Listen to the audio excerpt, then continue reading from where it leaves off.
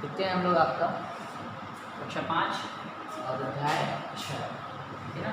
अध्याय आपका 6 गुणज एवं गुणनखंड। गुणज और गुणनखंड को आप लोग क्या क्या बोलते हैं?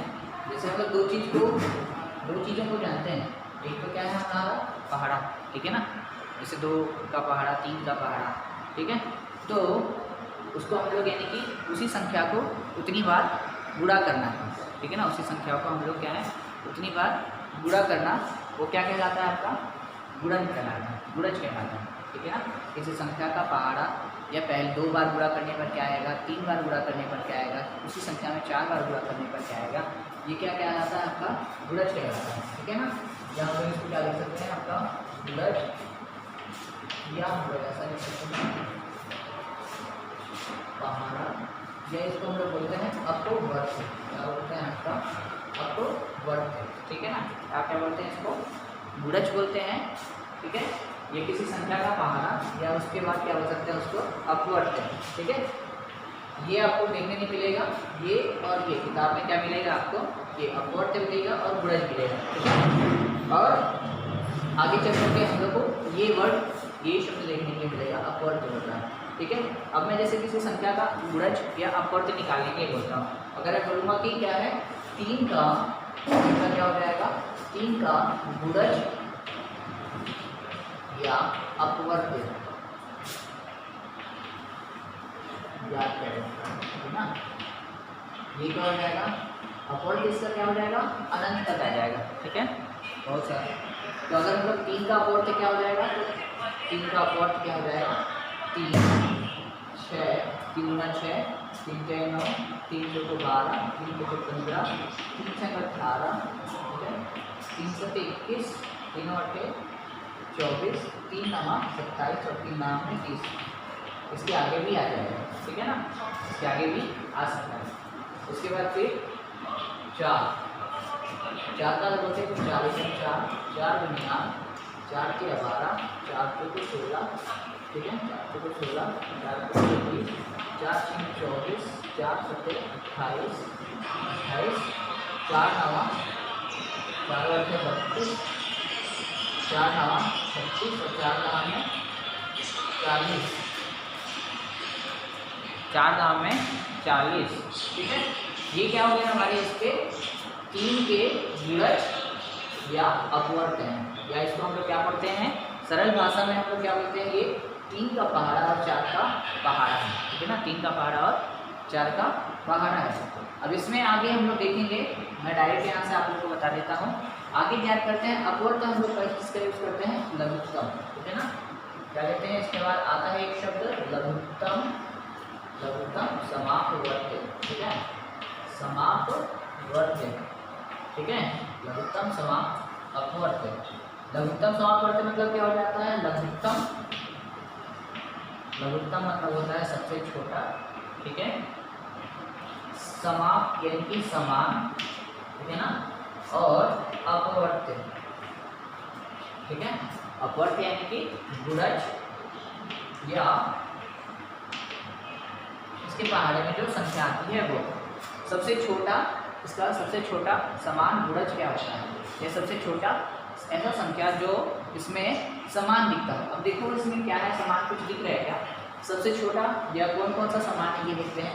6 है क्या, 6 नहीं है। 9 है क्या, 9 नहीं है। 12 है क्या, दोनों में हम लोग को 12 दिख गया। 15 है, 16 है नहीं है। 18 है, 20 है, 21 है, 24 है, 24 है, 24 हम लोग यहाँ दूसरा दिख गया। तो हम लोग को पता चल गया कि 3 और 4 का क्या है। अगर मैं बोलूँगा कि 3 और 4 का लघुत्तम बताइए, क्या बताइए, 3 और 4 का लघुत्तम समापवर्त्य बताइए, ठीक है ना, लघुत्तम समापवर्त्य, ठीक है, लघुत्तम समापवर्त्य याद कीजिए। पहले आप लोग क्या करेंगे, इस तरीके से इनका अपवर्त्य लिखेंगे। क्या लिखेंगे, 3 का अपवर्त्य और 4 का अपवर्त्य। यहाँ लिख सकते हैं हम लोग 3 का अपवर्त्य, ठीक है, और यहाँ क्या हो जाएगा 4 का अपवर्त्य, 4 का अपवर्त्य। तो इससे क्या हो जाएगा आपका कि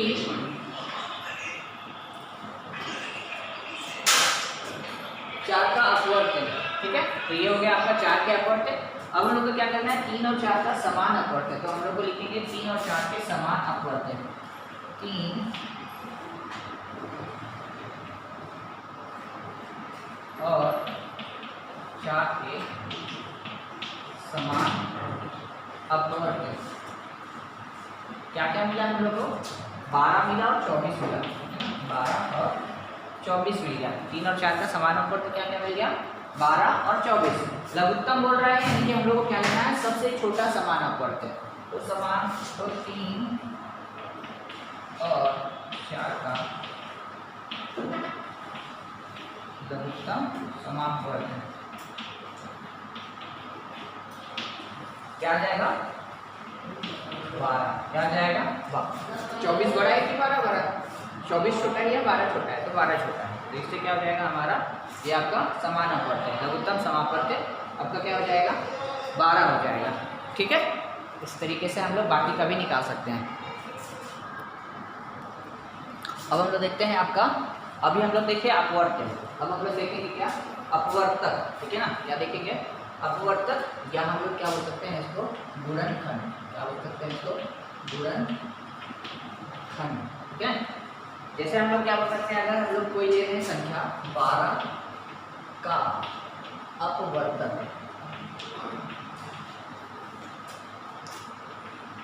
12 का अपवर्तक या गुणनखंड।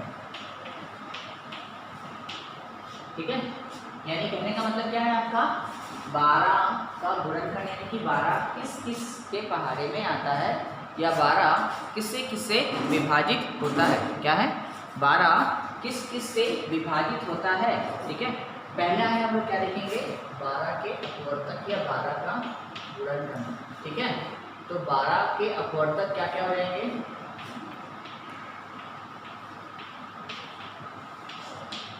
अब देखिए यहाँ पर 1 के पहाड़े में आएगा, ठीक है, 2 के पहाड़े में आएगा, क्योंकि सम संख्या है, सम संख्या है ना, 2 क्या है, सम है, क्योंकि 12 भी क्या होगा, सम होगा, तो क्या है, 2 के पहाड़े में आएगा 2 6 का 12।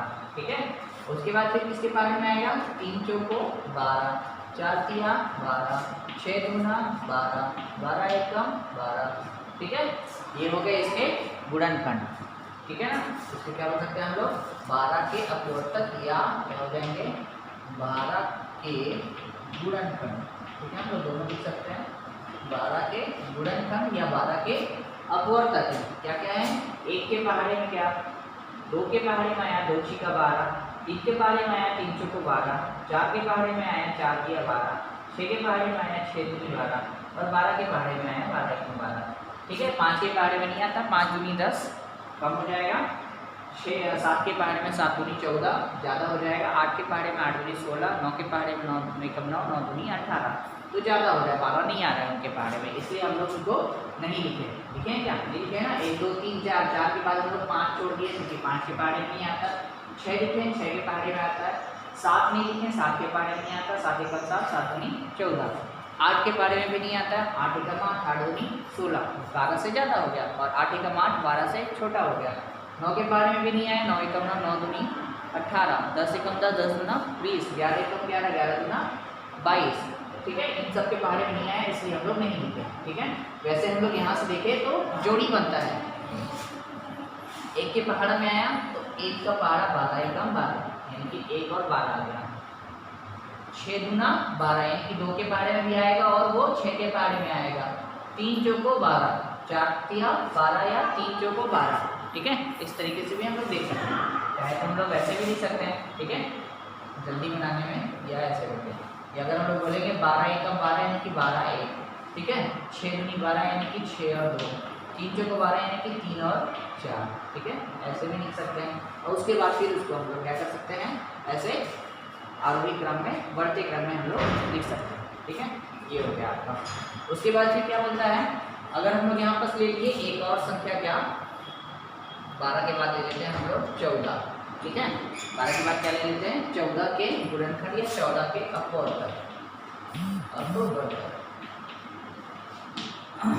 14 का अपवर्तक भी 1 के पहाड़े में आएगा, 1 एकम में, और 1 का पहाड़ा 14 बार करेंगे तो 14 आएगा। 2 सत्ते 14, कितना बार में गया 2 सत्ते 14 यानी कि 7 गुना 14, ठीक है। एक के पहाड़े में 14 एकम 14, ठीक है। उसके बाद फिर कितने बार में चल जाएगा आपका 3 के पहाड़े में नहीं जाएगा, 3 के 9, 3 को 12 कम हो गया, 4 को 16 ज़्यादा हो गया, 5 के पहाड़े में नहीं आएगा, 6 के पहाड़े में नहीं आएगा, 7 के पहाड़े में आएगा, 7 गुनी 14 और 14 एकम 14। यहाँ देखिए इसका 4 निकल गया, ठीक है ना। 4 क्या निकल गई गुणनखंड, 1 2 3 4, इसके कितने 1 2 3 4 5 6, ठीक है। अब देखो यहाँ पर क्या मिलता है इनके गुणनखंड में 12 और 14 का हम लोग क्या निकालेंगे। इसके बाद हम लोग आता है महत्तम समापवर्तक, क्या आता है महत्तम समापवर्तक, ठीक है ना। महत्तम समापवर्तक, महत्तम मतलब होता है सबसे बड़ा समान गुणनखंड या अपवर्तक, सबसे बड़ा समान गुणनखंड या समान अपवर्तक हो गया, ठीक है। अब सबसे बड़ा देखते हैं है क्या, 1 तो मिल गया दोनों में, इसके बाद मिल रहा है क्या 2 है, 2 भी है, 3 है नहीं है, 4 है 4 भी नहीं है, 5 है 5 भी नहीं है। तो हम लोग को सबसे बड़ा क्या मिल गया, पहले हम लोग लिख देते हैं समान अपवर्तक,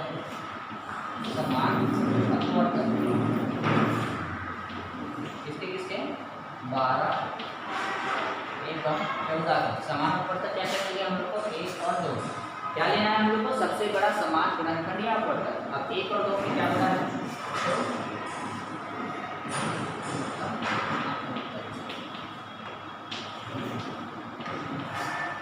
1 और 2 में हमारा क्या लिख गया 2 हो गया, ये हमारा क्या हो जाएगा महत्तम या महत्तम समापवर्तक हो गया।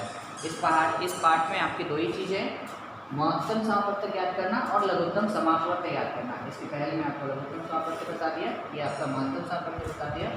इसके रिलेटेड 1-2 क्वेश्चन और हम लोग कर लेंगे, इतना पहले आप लोग समझ करके और बनाइएगा।